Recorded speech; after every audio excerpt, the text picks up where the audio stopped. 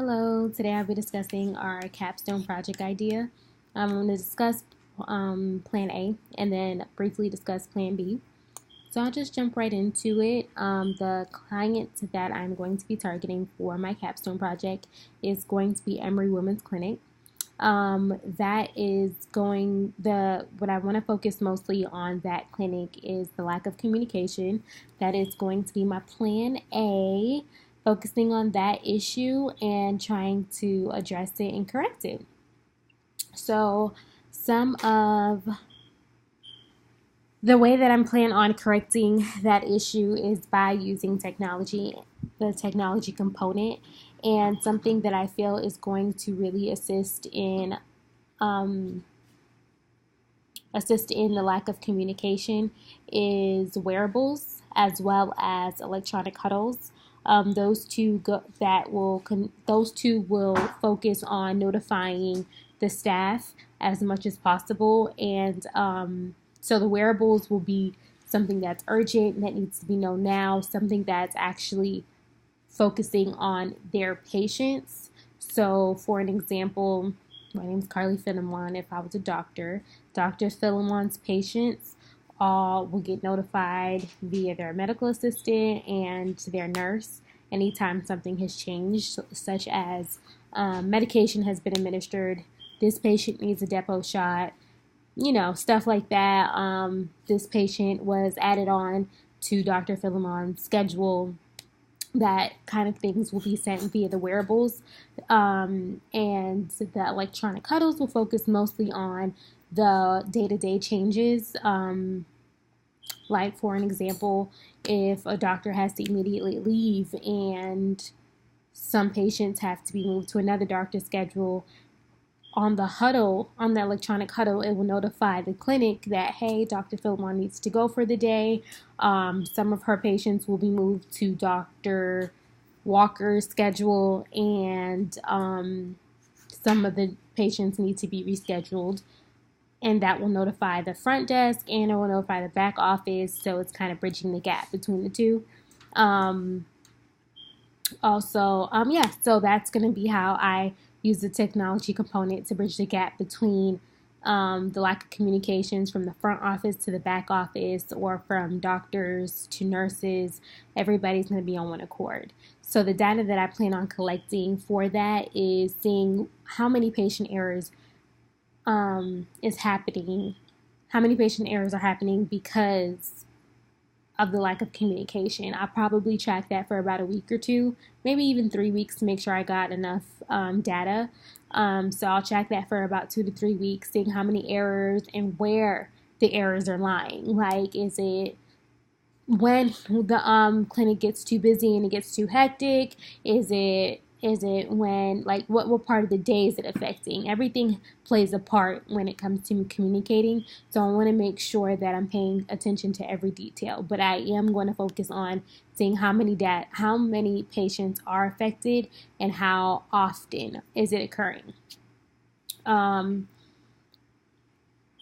the type of analysis I'm going to conduct is, and the type of research design, I want to definitely use correlation studies for this.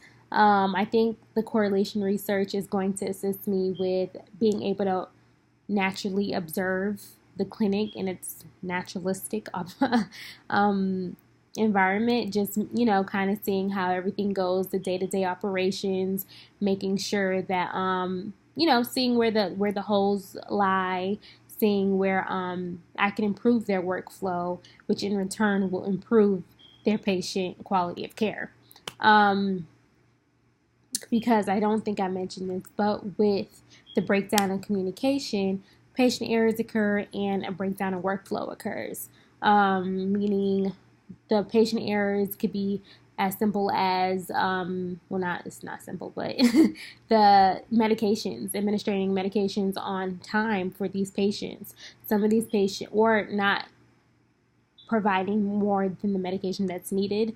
That actually was a issue that happened in our clinic. A patient was administered 2 depot shots because there was a lack of communication. One nurse went in there, then another nurse followed, and the patient, this was her first time receiving depot shot, so she didn't know that only one shot is needed and it's not two that's needed back to back. So she thought that was just how it went because it was her first time. So yeah, just communicating stuff like that could eliminate patient errors. Or I know there is times where the back office sometimes calls the wrong patient back. And that happens because the front desk hasn't communicated with the back office that it's this patient, this is the patient that you're looking for, that's the 3 o'clock arrival, and you accidentally grabbed the 2:55 arrival because that lack of communication again. So it's just trying to bridge the gap between all of that is how I plan on fixing that with wearables and electronic huddles. So yeah, that is going to be my capstone. Plan B, I'm going to quickly go into if plan A doesn't work out for me. Plan B is going to be, so Emory has about 5 applications or about 4 applications that are used to care for our patients. There's a registration one, there's a power chart one, which is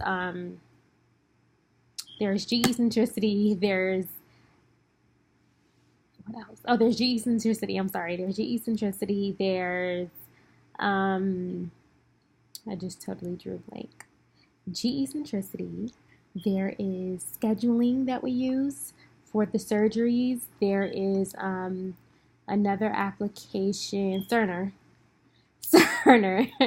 that is used as well. And I think I'm missing one more. So all 4 of these are used to aid in patient care. And my plan would be to have or present an EHR that would combine all 4 of those applications into one. So that is going to be my plan B. I can briefly go into how it affects patient information. It's not shared the way it should be shared, and it's not. Sometimes, like GE Centricity, the MRN, which is the medical record number, the MRN that's in GE Centricity is off from what is in Power Chart, and that could be a huge issue because you're looking at one patient, you use that MRN to try to locate it in the Power Chart, and you could pull the wrong patient. I've done it. It's actually horrible, and I wouldn't suggest it, but it is bad. That's definitely something that needs to be bridged. So I would definitely, that would be my plan B. Thank you.